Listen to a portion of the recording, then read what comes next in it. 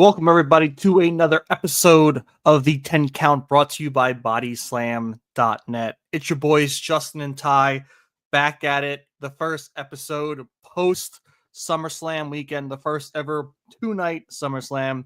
And holy crap, did it feel like a WrestleMania because the matches were awesome. The atmosphere, the vibe was crazy.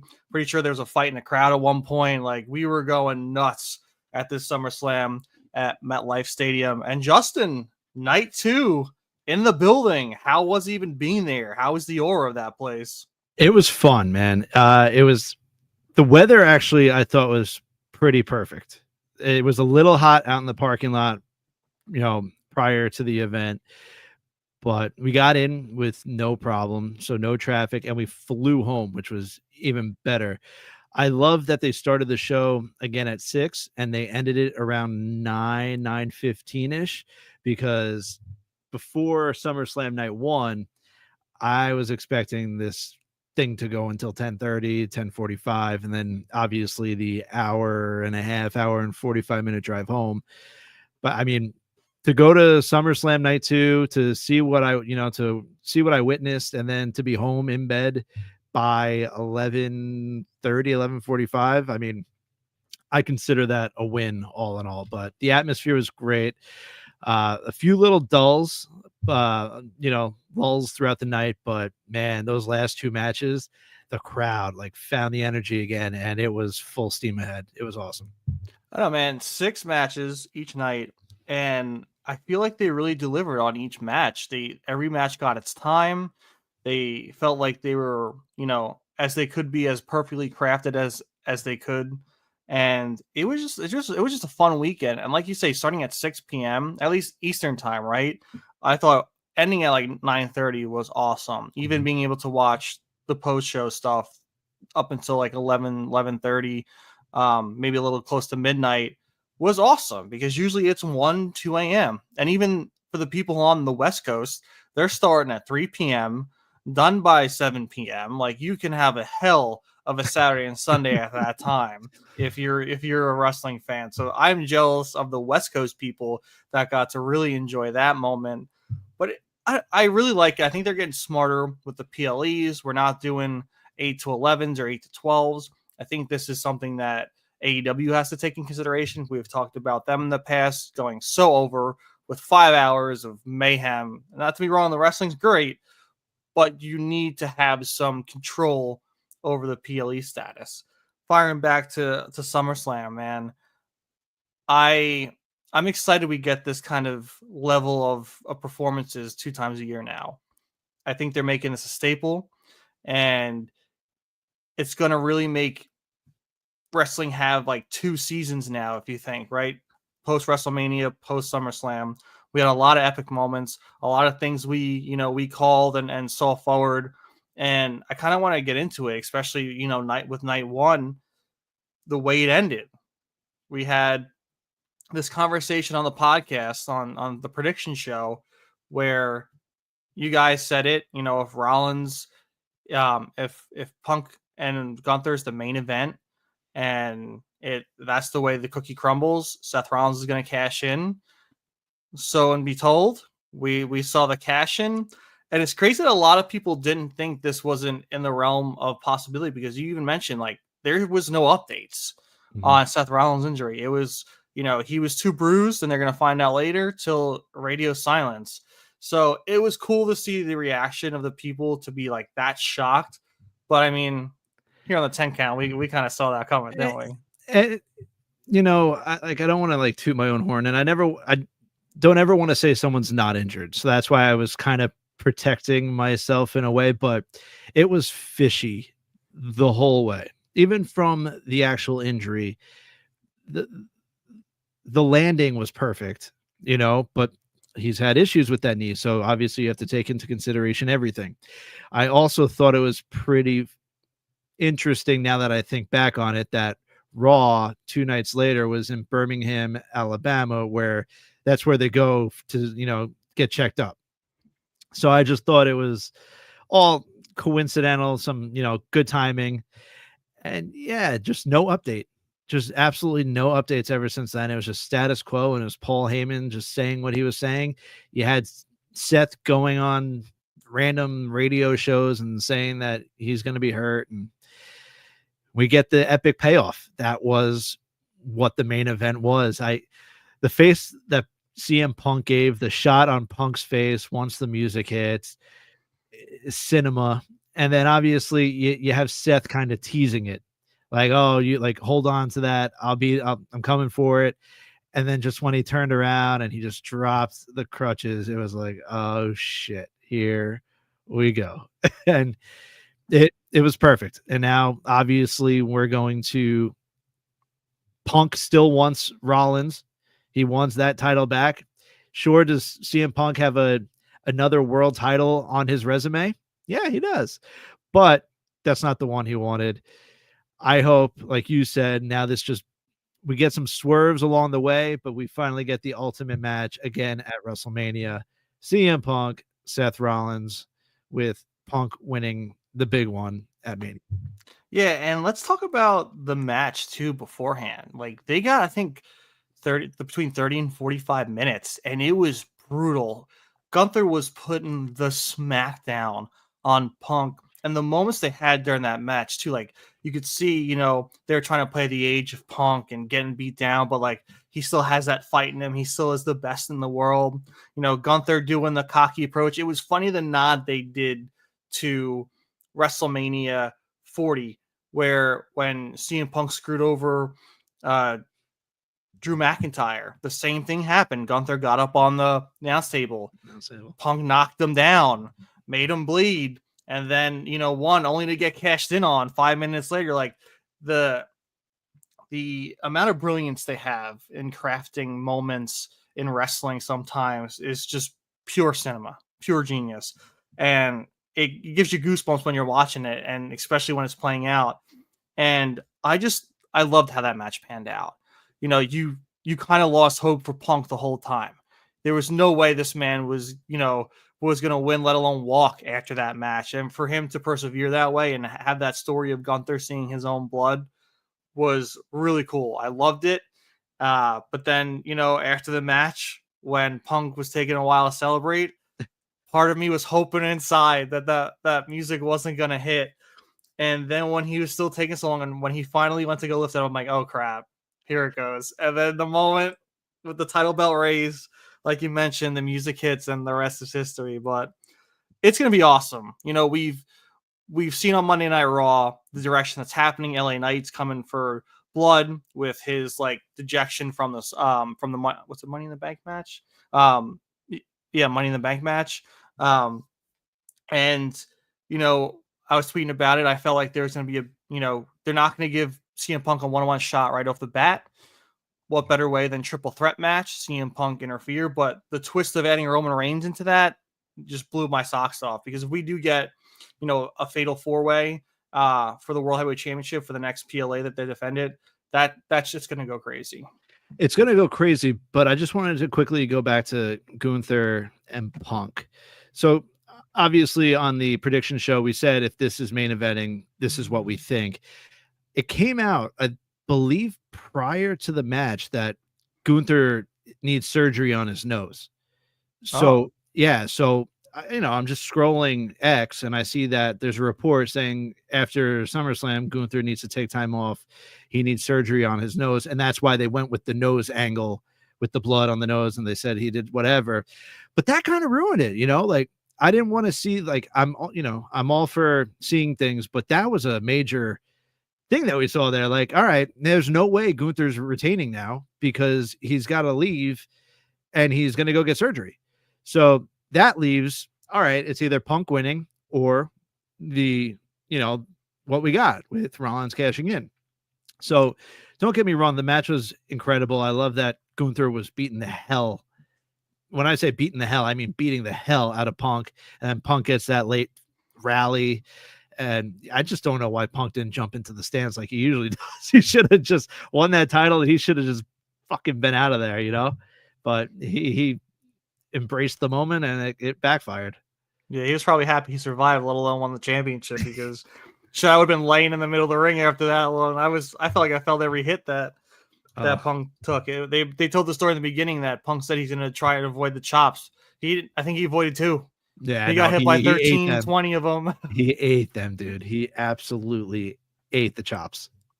Let's go to our boy Karrion Kross, man. We had, Karrion, Sami Zayn head to head, and we had a moment in that match where Scarlett offered Sammy the pipe, which I thought was awesome. I was craving for him to pull that trigger, and unbeknownst to me, I was wrong. They're keeping Sami Zayn face. He's still being the good guy.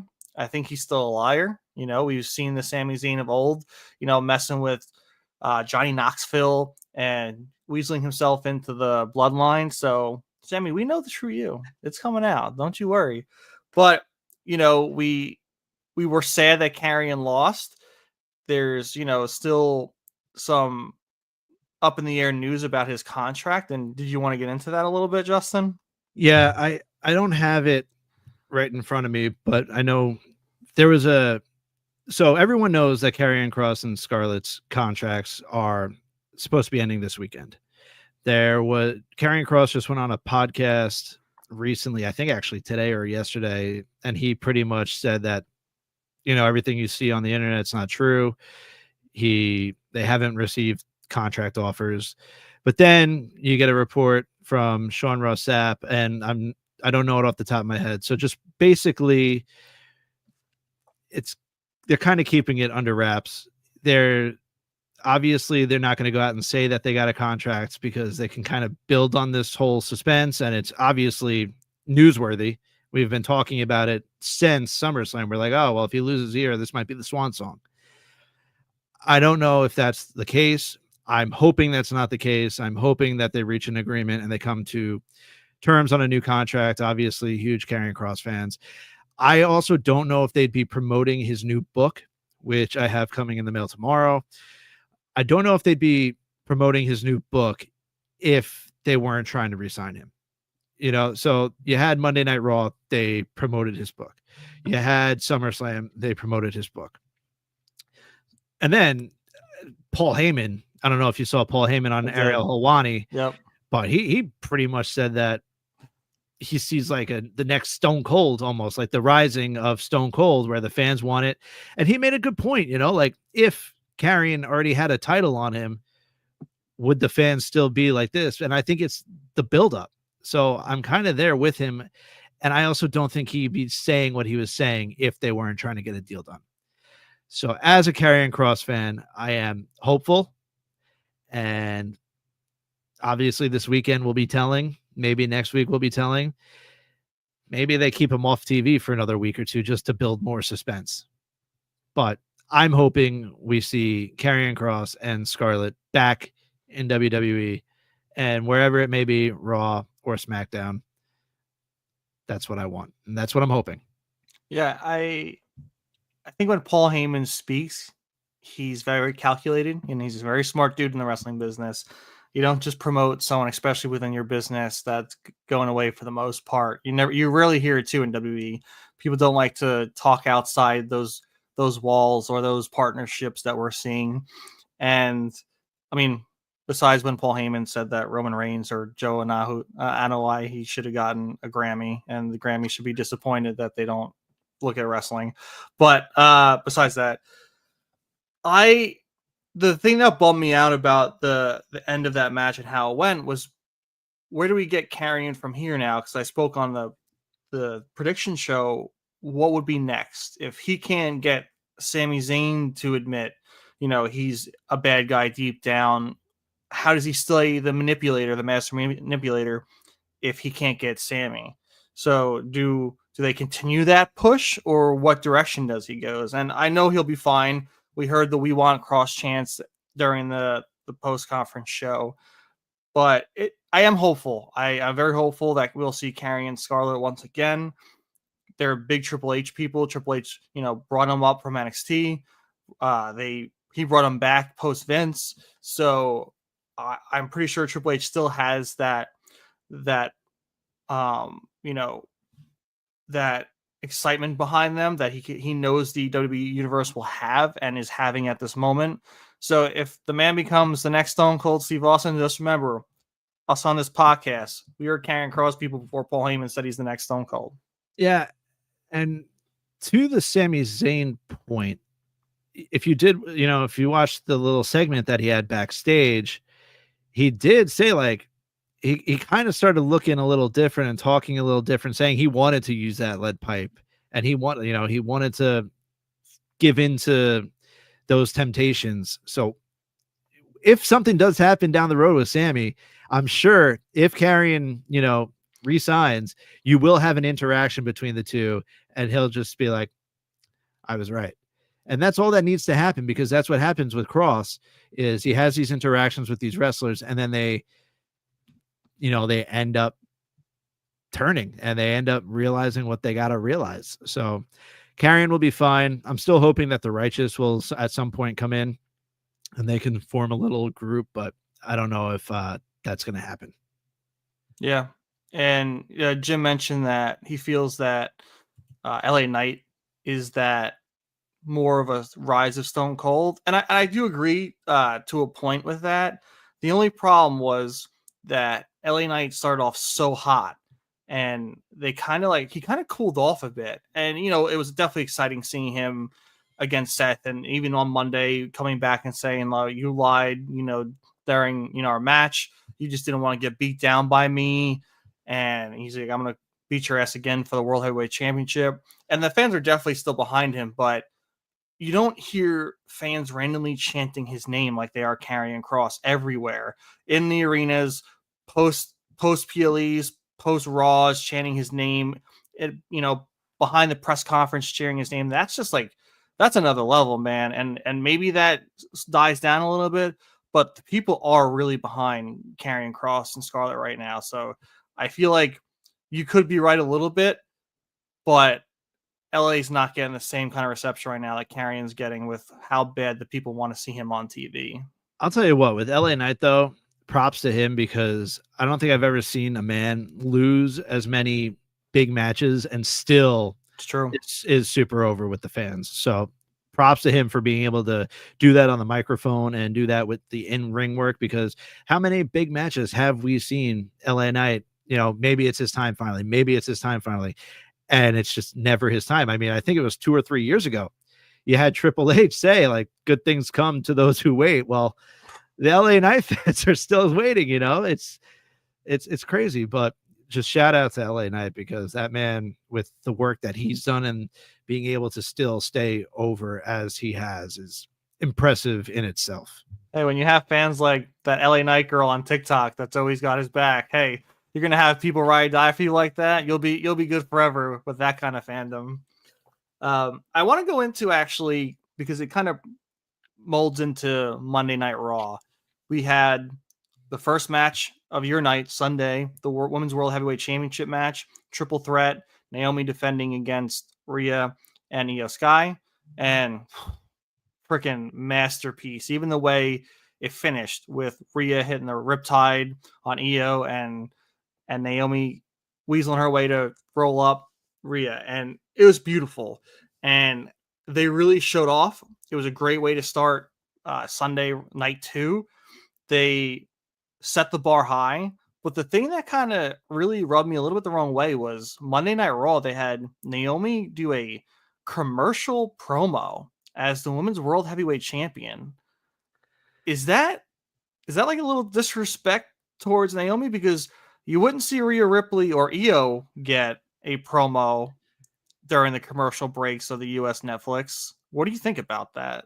It's weird. And I've said it on here that I do have VPN, so I usually do watch with the promos, but I watched it in bed and I didn't even get to see it until I, saw it on the internet. And Same. that's the shit that I don't like. That's the shit that we need to cut out. That also shows how impressive it was for Karrion Kross, because that was Karrion Kross for months. The only time you would see Kross was during these commercial promos that were happening. So I don't know. They got to somehow figure that out, but I don't think it's going away anytime too soon, unfortunately. But no, it was definitely weird. You would think after such a big victory for Naomi, you would at least give her a little on-air time. But we'll see what happens next week and leading up. But definitely after the Raw after SummerSlam, the night after, not to have her on the show, a little weird. I want to roll back to night one a little bit too with the opening tag match. We had Roman Reigns, Jey Uso versus the Braun Breaker, and Bronson Reed. And that was fun, man. I have to say, like, they really did a good job crafting that match as well. And I can't wait for the moment that Braun Breaker is World Heavyweight Champion, WWE Champion. The dude is a psycho. He's a menace. He's a brute. He's literally every describing word you can give an amazing professional wrestler is what he is. And we kind of had the idea that Jey and Roman would probably win that one. And there was a moment in that match where Roman took the bullet for Jey.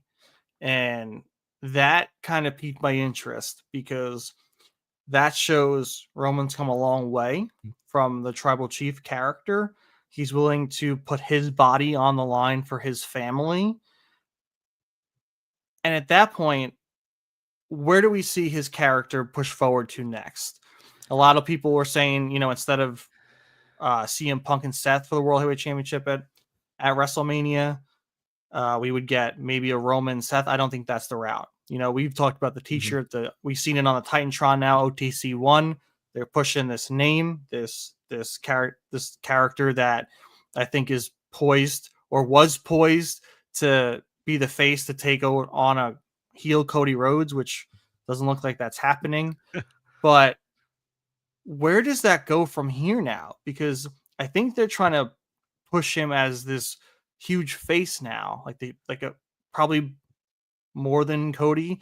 We'll talk about this later, but there's a new deal for PLEs with ESPN and Disney with WWE.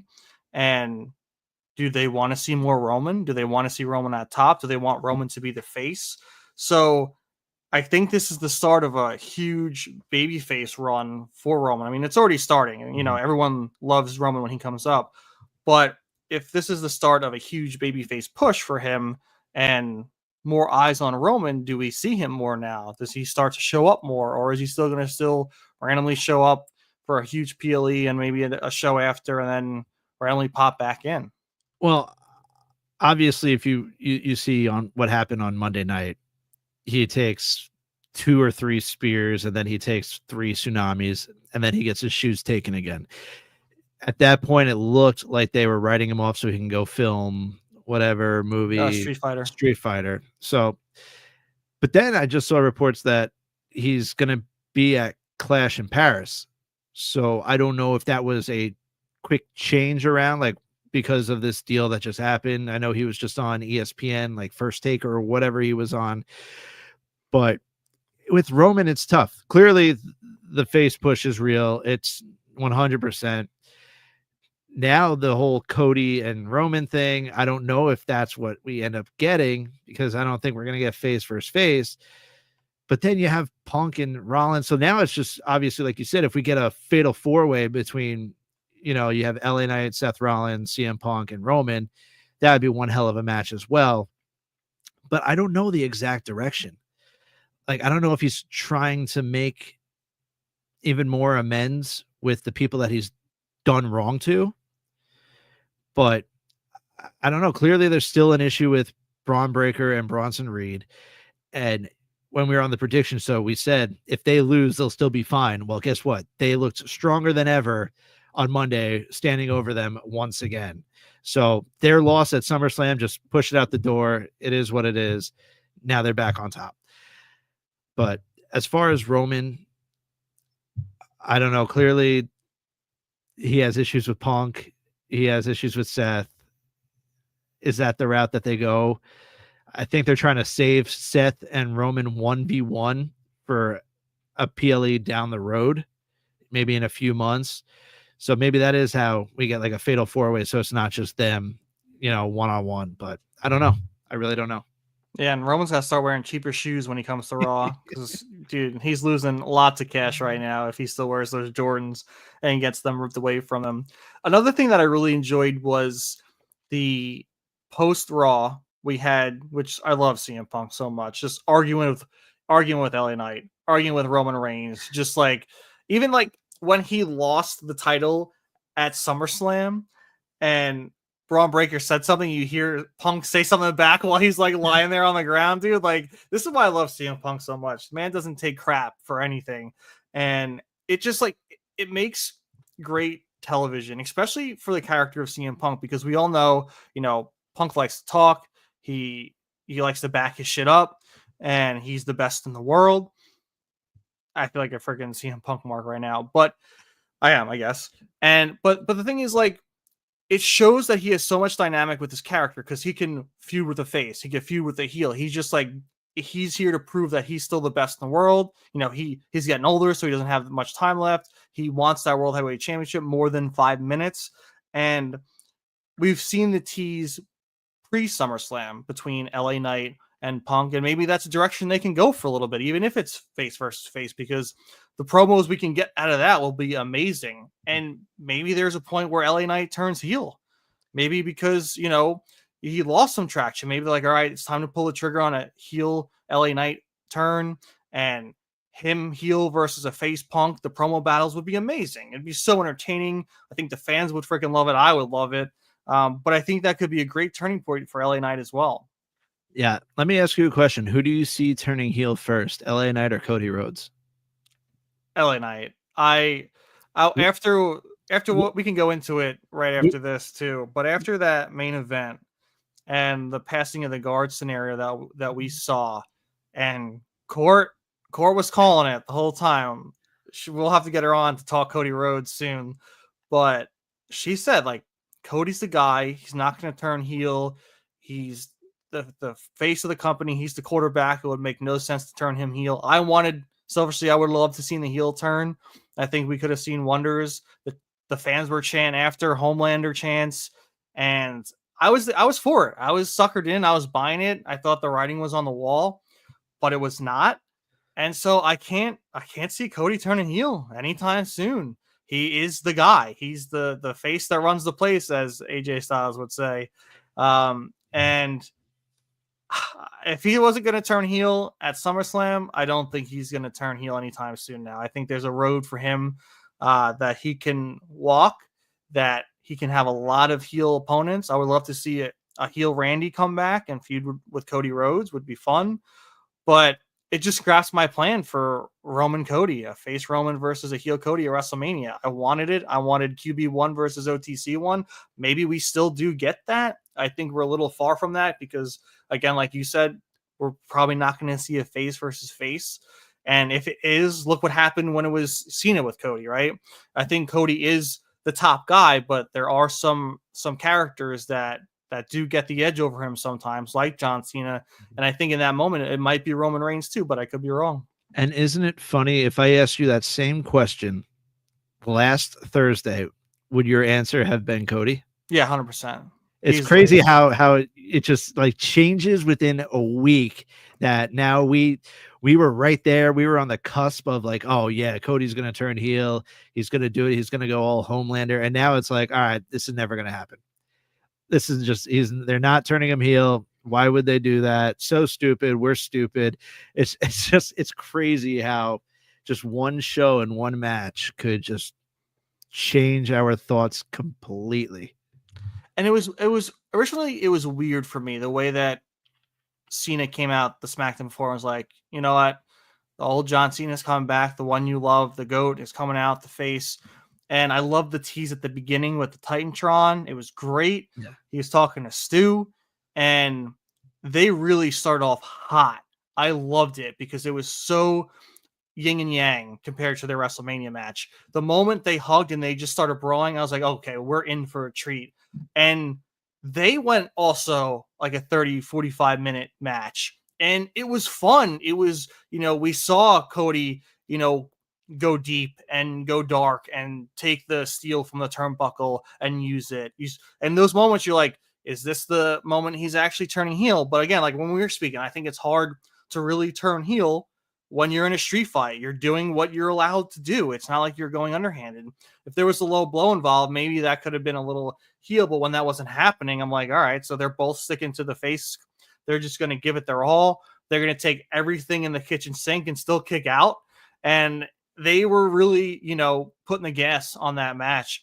And even watching at first, Cena huck that steel steps at Cody and like hit him in the arm. Like, dude, that's insane because those are heavy as shit. It hit him right in the arm. I'm like, hopefully his freaking what I know what bone this is. I don't know biology too well on the human body, but whatever the bone is, I think it's like not femur, maybe it is. I don't know. I was like, that's gonna snap. That looked awful. Luckily it didn't, but it was a great match, especially for two guys that, one who's retiring, two and Triple H's words said it was the GOAT versus someone who's going to be or on their way to be, which huge praise. Apparently, we've heard Triple H really praise Cody before, but that's another level of praise right there. A guy on the way to be the GOAT. I think Cody probably cried when he said that, I'm assuming, but I think we have a very, very bright future of Cody Rhodes doing Cody Rhodes thing as the face of the place. I'm with you now. I think my dream is shot dead. Clearly, Cody knew what he was doing. He hook, line, and sinkered me. But you mentioned it when John Cena, when his intro hit and it was the black, there was some like, oh shit, in the crowd in MetLife.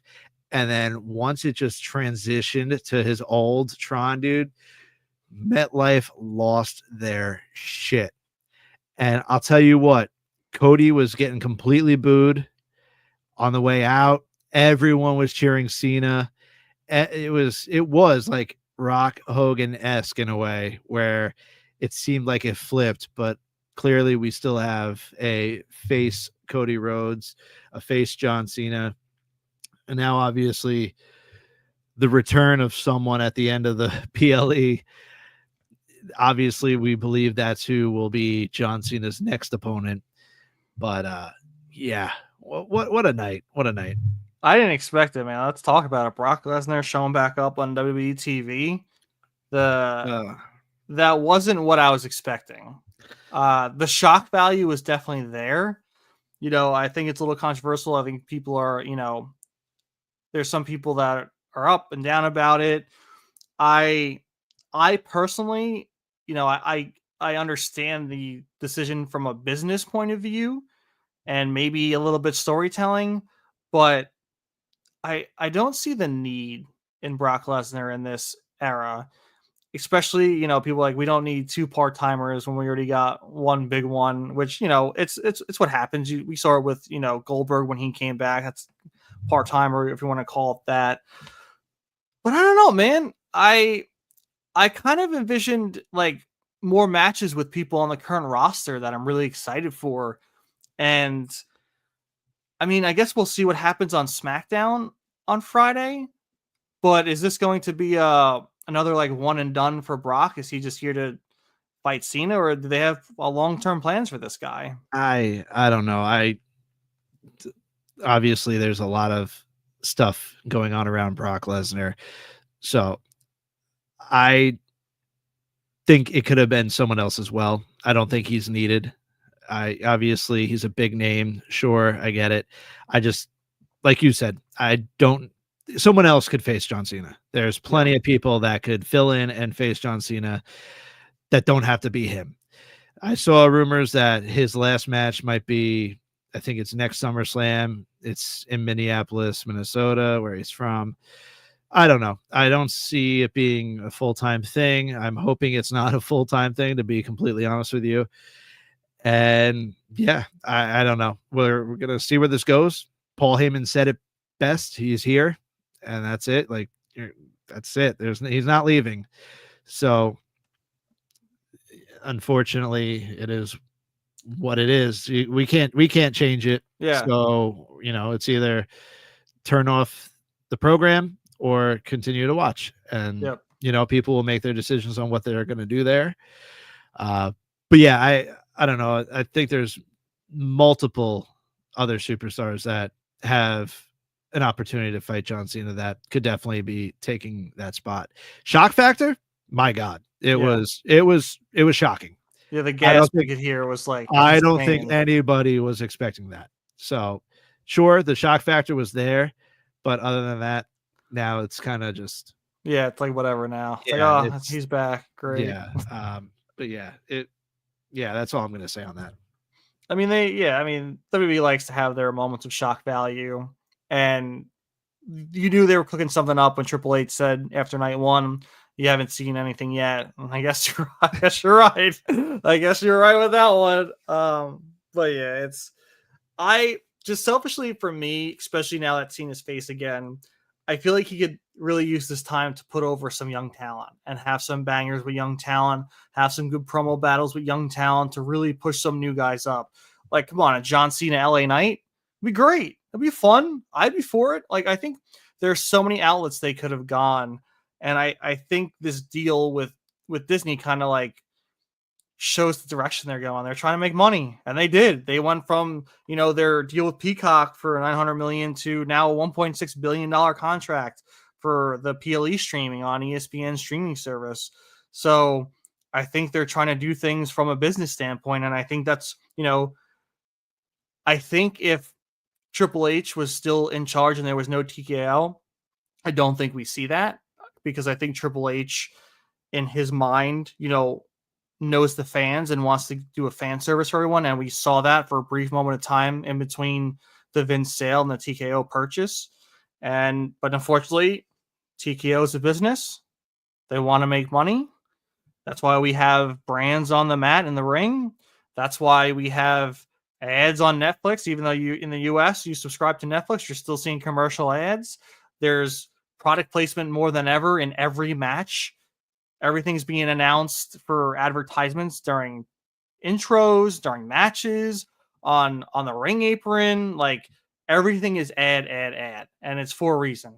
WWE is owned by a business. It's owned by TKO. The decisions they're going to make ultimately affect the business sales, and I think that's why they pulled this trigger. I think they want, they see him as a big name, as a draw.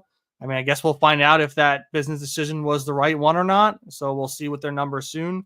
But unfortunately, it's a owned by a big business now. I wish, Vince didn't have to sell it to TKO. I kind of wish he would have been a normal father and passed it on to his daughter and his son-in-law and kept it a family business and let them have their way with it. But here we are. Yeah, as far as ESPN, when the news first broke, there was information about this and this and this, and it's no matter what, it's going to be $30 a month, and there's a lot that was out there, and clearly that's a lot of money. Straight up, people brought back the WWE Network, and they had a shirt that was like $10 or $10.99, and like that's how much you should pay for it. But now, obviously, if you have ESPN or other on your cable providers, it's going to be free, which for me makes me happy because it's going to be free for myself. But it sucks for the people that don't have cable, and now they have to purchase this other streaming service. Like yeah. And I get that it comes with Disney Plus. I get that it comes with Hulu. But like, when is enough with the damn streaming services? It's too much. Like you have a Netflix streaming service. You have YouTube TV, you have Fubo, you have all these other things left and right. It's just like everything is subscription based now. And it's to the point where it's like, God, like, I don't know. Clearly, I like it better than paying $60 for an AEW pay-per-view on Triller or Fight TV, whatever it's on. But it's I don't know. For the people that do have to now pay $30 a month, that sucks. I don't like that. But then Peacock just raised their prices today. So I mean, Peacock's raising their prices. They're raising their prices. It sucks. It sucks for the normal fan. I think Peacock raised their price because when that WWE fan base drops off, they want to make the money that they were making. So I think they're trying to milk a little bit extra out of the WWE fans before they depart from the service. But I think we have a selling point here. I think we can make a T-shirt that says the 1099 count and really play off this. You know, if you want to, someone wants to go make us a design that says the 1099 count, please, that'd be awesome. But the unfortunate thing for all of this, all these avenues for subscriptions, it all ends up being just the United States. Because if you live in Canada, if you live anywhere else in the world, if you have Netflix, you have access to not only Raw, you have SmackDown, NXT, PLEs, no commercial breaks. So that's the thing that frustrates me. We're just this consumer base that everyone markets everything to, and you have ads everywhere, but you have to pay more if you don't want ads.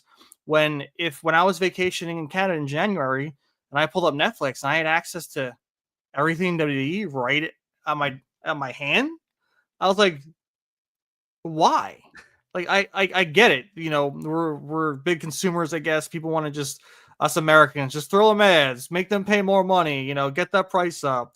But everywhere else, I'm jealous, man. You can watch everything WWE in one spot. And I was hoping when I saw that news, it was going to be Netflix really honing in on that deal. But they don't really need to spend 1.6 billion because they're showing PLEs everywhere else in the world. It's just in the United States.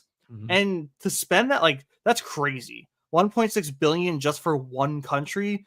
We must spend a lot of freaking money on shit if they're gunning for us and Disney wants to pay 1.6 billion just to stream PLEs in the United States. I mean, I don't know, man. I wish Netflix could have weaseled their way into that deal and just been like the hub for WWE, but here we are. And that's why I really want us to get a VPN sponsorship done, because truthfully VPN is like the only way right now. If you don't want to spend a shit ton of money on all these different damn subscriptions to watch professional wrestling, you just get a VPN for a year and you're able to, you know, just sign in from Germany and that's it. You know, you got no commercials, no nothing. We have another bot in the chat. Get this streamboo.com, this shit out of here. Anyone watching, do not click on that. Don't remove this. Yeah, it's on this Twitch. Space. I'm done with Streamboo over here. We don't care about you. We don't need cheap viewers. We got our own, and our viewers don't need cheap viewers. So get on out of here. Get the hell out chant going in the chat on this guy Foxhole 7 over here. I do want to talk about another thing, because we had a celebrity on SummerSlam, Jelly Roll. A lot of people were downplaying this man's performance. You have to realize when a celebrity comes into WWE and puts in the work, they're not going to be a Logan Paul off the get-go. And not to, like, you know, diminish anything Jelly Roll's done or got to work and what he's done to get where he is now. Logan Paul is a hell of a lot more athletic than Jelly Roll. If you compare the two, the man put in the work. He did what he needed to, in my opinion. I had fun watching him in his moments, even faking like the injury and the hurt. You know, it was too much for him to come back in the ring, and he even took the pin. How many times do you see a celebrity take a pin when they're in a huge match like that? You know, I think Snooki won when she was in WrestleMania. Like that, I give Jelly Roll all the props in the world. You know, I think as he goes on, he's going to get better. If he does continue to do this, I think it looks like he's going to. He started doing some little things in the ring, and was some of it a little, you know, awkward? Yeah, but again, it's his first time in a professional wrestling room on one of the biggest stages of all time now. You know, it's now, like I said earlier, it's like the second WrestleMania of the year we get. And he really, I thought he did great. You know, was it the best performance in the world? No, but for a guy who's in the realm, the country realm, and really hasn't stepped foot in a wrestling ring and was putting in the work, I thought he did great. It was fun. It was awesome. Clearly, leading up to it, you saw the effort that Jelly Roll was putting forth. And even listening, I don't know if you listened to, he was just on Cody Rhodes' podcast. And he said, like, when he was down there at the PC, like, there was one day where he was literally just going through tables because they knew that they wanted to do a spot like this So he's saying to himself, he's like, I'm driving to the PC, and all that's on my mind is I'm gonna go through at least 25 tables today. That's it. And that spot, my God, was probably the spot of the match Yeah. with Logan Paul, and he had the meta glasses on, and he does the Stone Cold Steve Austin with the Prime and just frog splash right through Jelly Roll. It was awesome. And then for Jelly Roll to say, I believe they were going to put him over.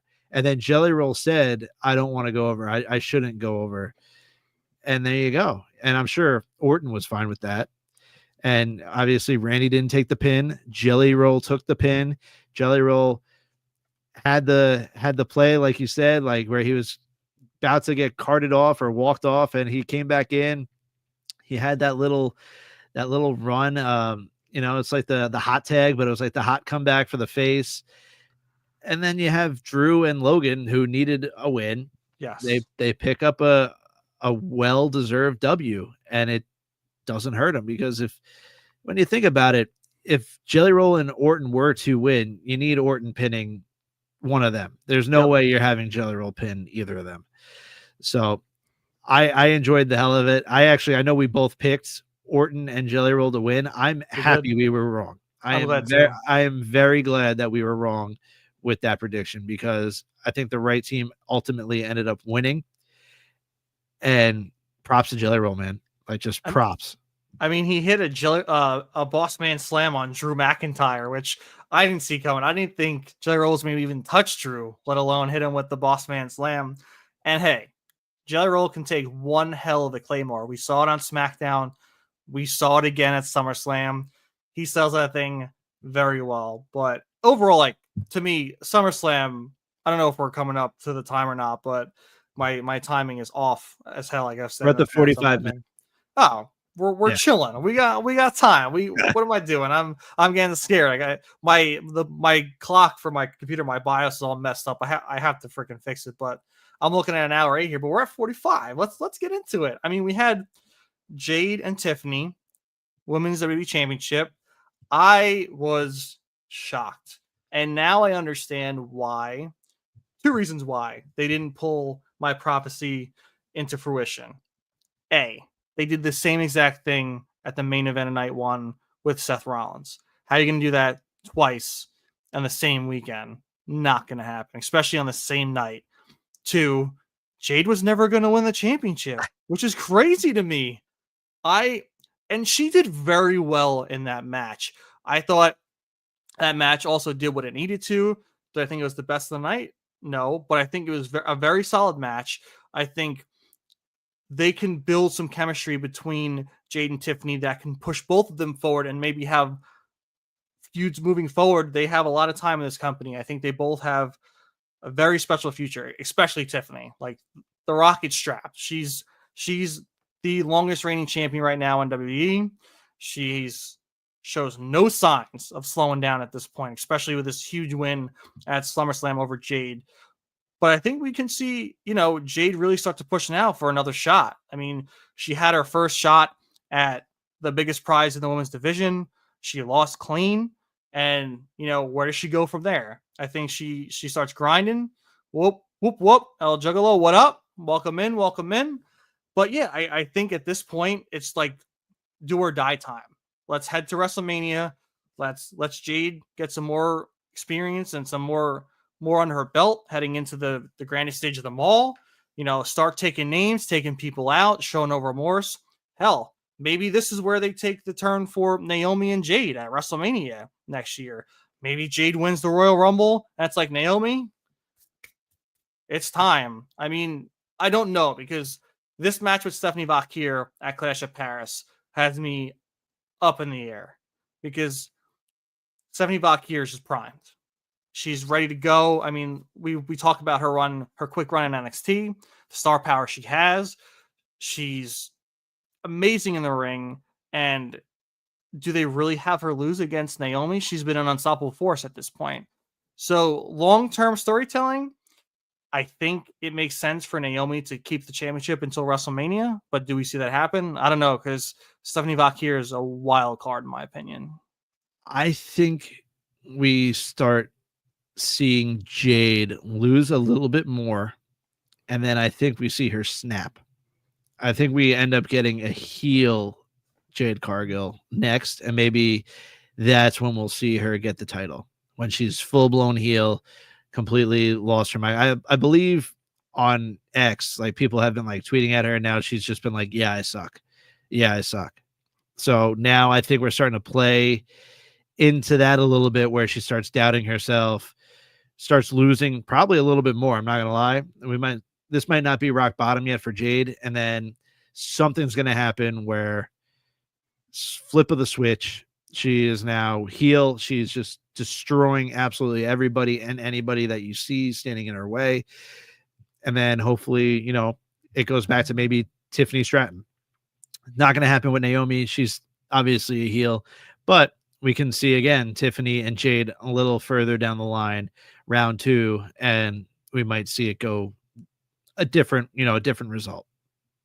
Yeah, I would love to see a Jade that decimates people like what she did to Naomi in the Elimination Chamber. If she's going around wrecking people because of, like you said, she hit rock bottom and she's trying to turn her luck around and just, put the bullshit aside and be like, I don't care about being a good guy.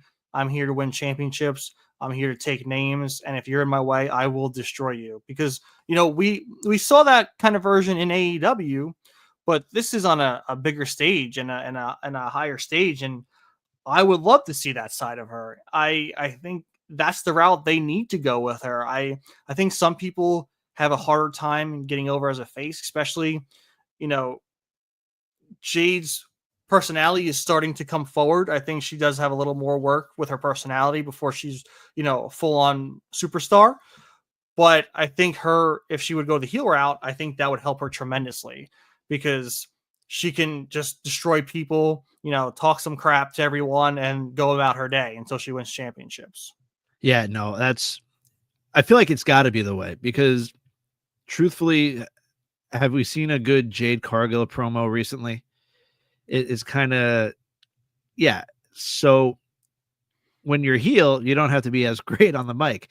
And Yeah. if you're just destroying people, you don't have to be that great on the mic and you can get over more as a heel. So truthfully, I think the right move is to push Jade heel and it's got to just start progressing that way. Hopefully we get the full heel turn by the next major PLE is Survivor Series. So Yeah. maybe we see the turn at Survivor Series during one of those, elimination matches. Who knows? But that's got to be, in my opinion, that's got to be the next move.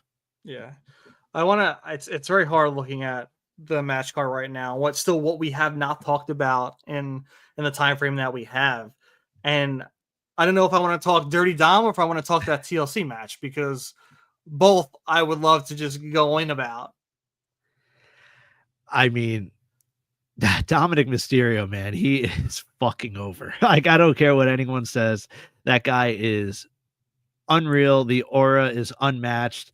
The mask that he walked out with, King of the Luchadors, leading into next weekend, or is it this weekend? Next weekend. Next 16th. weekend, yeah, where he could possibly become that heavyweight champion of AAA at Triple Mania, which I think is the move to do. Yeah. We've said it. There's been rumors that they're thinking about putting that title on him. Well, they should. It shouldn't be thinking about. It should be we're doing it. Yeah, like I said in the beginning of the show, the crowd, there definitely were some lulls, and the crowd really wasn't into it as much. But once Dom came out, it was just like a boost of adrenaline for all of MetLife Stadium. And then it just was full steam ahead into the main event. I thought the paying, like the respect that they showed to Eddie, Eddie Guerrero, it was huge. Unbelievable. With Eddie and Ray, everything was it was perfect. I loved every single second of that match, and clearly the right person won. Yeah. Yeah. I mean, when AJ and his son came out with the lowrider, I popped, and the gear, and Dominic was saying it in an interview afterwards because I think he had some stuff from like Ray style, 2005 Ray. So it was like 2005 Ray versus 2005 Eddie Guerrero, which what a nod. I love it so much. I was wrong, man. Dominic might be a double champion. He might be the Intercontinental Champion of WWE and Triple A's big champ, the World Heavyweight Champion Triple A. I mean, he deserves it. Like, look at the reaction when he comes out. Everyone loves him. He comes out on the post show. Everyone's chanting his name, even when he's talking crap. You know, he might be the best Intercontinental Champion of all time, and he might be the best Mysterio of all time. And you hear people gas him up. You see, you know, who's the future of this industry? Everyone says Dominic. Everyone's saying this is just the first taste of Dominic Mysterio. And the initial taste is amazing. I'll come back for seconds, thirds, and fourths of Dominic Mysterio at this point. Just saying. We've once again, we've said it. The drastic change that man has made to just everything from starting off in wrestling to no one wanting to see this guy wrestle at all, to the heel change, to not being able to get a word in, and now all of a sudden just like naturally still a heel becoming a fan favorite is just second to none. It shows the dedication and the hard work that he's put into this and honing his craft, and it's just been unbelievable to watch. But real quick, to your point with the other match, that TLC match, another absolute banger. Shout out to Candice LeRae taking that insane oh my god bump. dude. I really thought she was injured, but luckily we saw a segment afterwards on the post show where DIY and Candice were all just out of sorts, beat up, injured. Like the constant table splash spot was awesome. I mean, go if you didn't watch SummerSlam and you didn't have much time in your life and you have time for one match, go watch that TLC match between the six teams. It was mayhem. It was craziness. You know, it ended how we thought it would end. And I don't know, man. That SmackDown tag team division is eras above every other tag team division. Raw has a lot of work to do to catch up to what SmackDown's doing. Except the New Day morning, their championship run is pretty fun, especially that huge ass hat Xavier had on his head. It's really fun. I'm not gonna lie, but with that said, we're going to finish this episode off. Please subscribe to the Body Slam Patreon for exclusive breaking news, interviews, podcasts, and more. The link is on the screen below. If not, if you're on X or listening, it's patreon.com/c/bodyslam_PWN. It's $5 a month. The team is just putting out content left and right. It is it's well worth the $5. I keep saying it weekly. I wanted to bring up one other thing that is now official. We are, as the official 10 count logo tee is now on prowrestlingtees.com. We were finally able to figure it out with the DPI, and it was approved. So you can go to prowrestlingtees.com and type in the 10 count pod. This is the only shirt that we have available right now, but if you do purchase it, it will support us, and it would be an honor. To me, it's still unreal to actually see our podcast on this website, knowing that I've purchased many shirts off this website. Now to see our logo there is just unbelievable. Beautiful. And if you want to make us the 1099, the 1099 count pod t-shirt, that'd be great too. I mean, my next purchase on is going to be our 10 count logo shirt and Bear Bronson shirt coming my way soon. That's absolutely the facts, isn't it? But once again, with that said, let's ring the bell,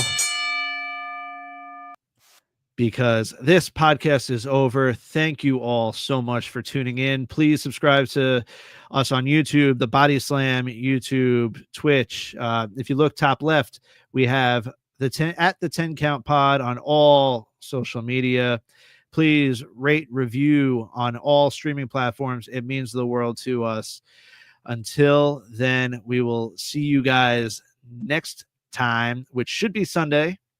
So until then, enjoy the rest of your week, and we will see you then.